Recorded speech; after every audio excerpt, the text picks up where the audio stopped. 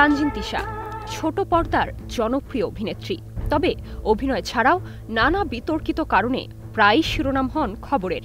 গেল বছরও মাদক কাণ্ডে নাম জড়িয়েছিল তিশার, এবার জড়ালো শাড়ি কাণ্ডে। তানজিন তিশার বিরুদ্ধে প্রতারণা ও বিশ্বাসভঙ্গের মামলা করেছে অ্যাপোনিয়া নামের একটি অনলাইন ফ্যাশন পেজ। পেজ কর্তৃপক্ষের ভাষ্যমতে পেজ থেকে ২৮,৮০০ টাকা মূল্যের একটি শাড়ি নিয়ে প্রচারণা করার কথা থাকলেও তা না করে, এমনকি শাড়ির মূল্য পরিশোধ না করেই যোগাযোগ বিচ্ছিন্ন করে দেন অভিনেত্রী তানজিন তিশা। মামলা সূত্রে জানা গেছে, ঘটনার সূত্রপাত চলতি বছরের জানুয়ারি মাসে। তিশা তার ভেরিফাইড ইনস্টাগ্রাম অ্যাকাউন্ট থেকে অ্যাপোনিয়া পেজে যোগাযোগ করেন। সেখানে তিনি একটি জামদানি শাড়ি পছন্দ করেন।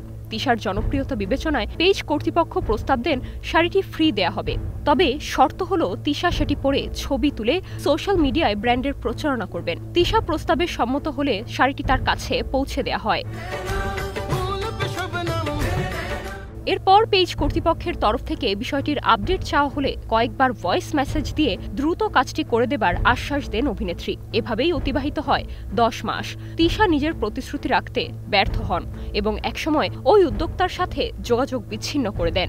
হোয়াটসঅ্যাপ, ইনস্টাগ্রাম সহ বিভিন্নভাবে তিশার সঙ্গে বারবার যোগাযোগের চেষ্টা করেও ব্যর্থ হন বলে জানান ওই উদ্যোক্তা।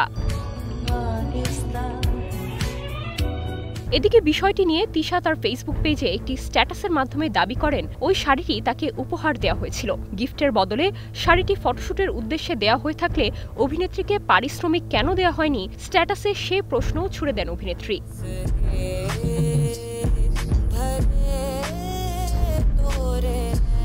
এর আগে গেল ২২ অক্টোবর তানজিন তিশার বাসার ঠিকানায় ডাকযোগে এবং তিশার হোয়াটসঅ্যাপে একটি আইনি নোটিশ পাঠায় অ্যাপোনিয়া কর্তৃপক্ষ, যেখানে ১ সপ্তাহের মধ্যে ক্ষতিপূরণের পাশাপাশি পেজের উদ্যোক্তাকে নিয়ে সোশ্যাল মিডিয়ায় মিথ্যাচার করার জন্য ক্ষমা চাইতে বলা হয় তিশাকে।